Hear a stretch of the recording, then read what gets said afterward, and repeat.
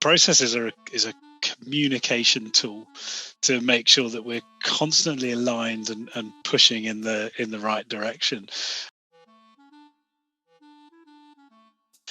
And if you just bring up the process and just have it in the background and just have that conversation about, okay, what would we do differently? You'll straight away, you'll not only be able to update the process, make sure everybody's aligned there and then, but you'll undoubtedly spot other things that have changed in that time. And you say, hey, let's keep that up to date. And it just brings everybody back to that alignment. I mean, that's what I talk about all the time. We do process work because we're trying to make sure we keep everybody aligned. We need to be constantly looking for opportunities for improvement, and we need to be aware of the constraints that exist that prevent us from doing what we really, really want to do. And so just looking at a process diagram, and I know it sounds kind of super obvious and perhaps a little bit boring, but bringing that up in a team meeting can be really powerful, a simple thing like that. Welcome to the Improvement Nerds podcast, where we host conversations about the things that nerd us out with one goal in mind: sharing best practices and sharing techniques and tools that allow us to make lasting change. In each episode, we'll feature a different idea and hopefully through that episode give you a set of new tools, new skills, and new thinking that'll allow you to change how you do your work, how you lead others, and how you show up in your life.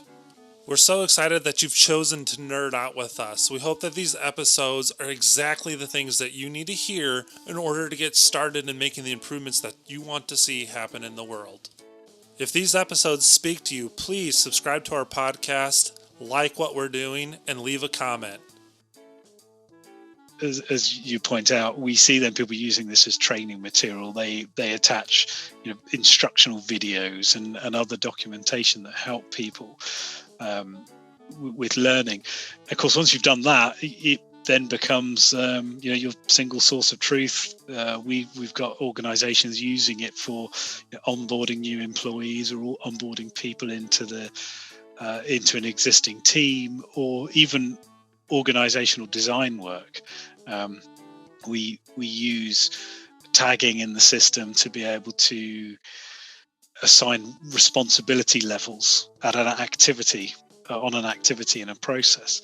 So you can start to say things like, okay, well, we've got an accountable in this activity. We've got an accountable role. We've got two responsibles, a consultant and an inform.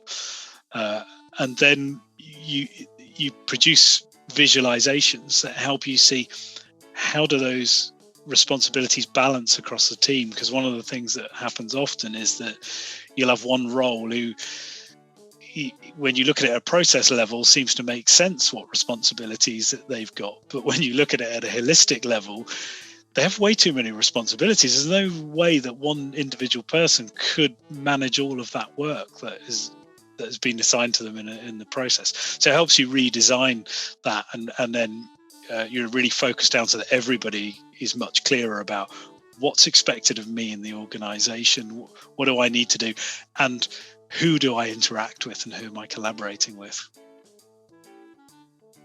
Margaret Mead said it best when she shared that one should never doubt that a small group of thoughtful, committed citizens can change the world. Indeed, that it was the only thing that ever had. I couldn't agree more.